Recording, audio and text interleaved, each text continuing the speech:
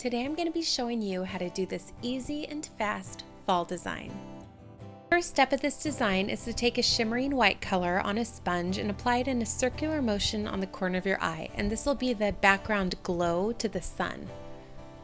Next, take a metallic gold and apply it under your eye, on your eye, and over your eye on your forehead, going all the way across your forehead into about the bridge of your nose.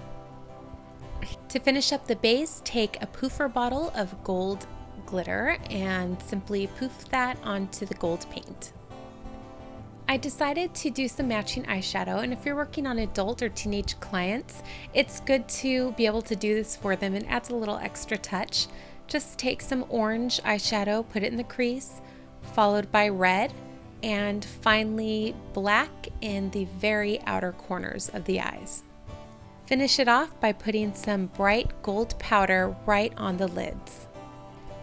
To do the sun, I used a number 6 round brush along with the Kryvaline creamy white paint, and then I added some yellow to make it look a little more sun-like and blended those two colors together. Make sure that it's a little lighter on the inside than it is on the outside. To make the leaves, I used a 3/4 inch flat brush and the Lava Split Cake by Kryvaline, and this is the perfect cake for leaves. It has yellow, orange, red, and a really rich, deep burgundy color. It's beautiful, and it makes doing leaves so easy. So all you're gonna do is work on the edge of your brush.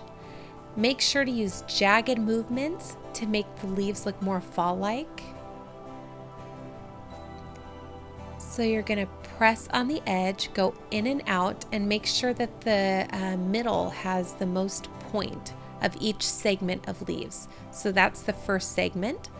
Now for the second segment, go out at an angle and end in a point right in the middle of the leaf, making sure that your darker color is on the outside.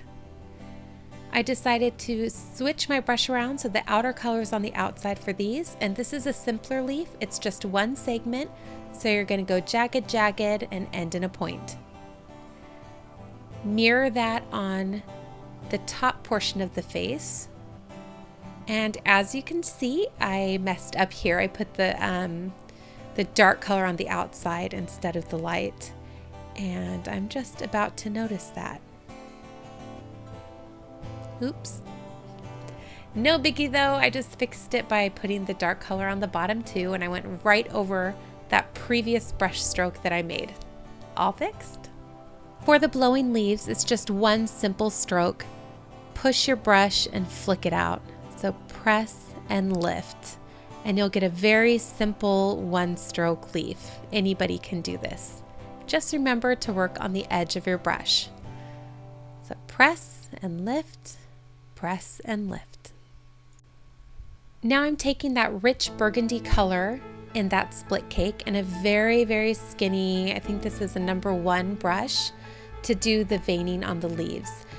This is also really easy to do. Just wiggle your brush. You do not have to have a steady hand. Make sure to shake it around and bring it out into the edges of the leaves.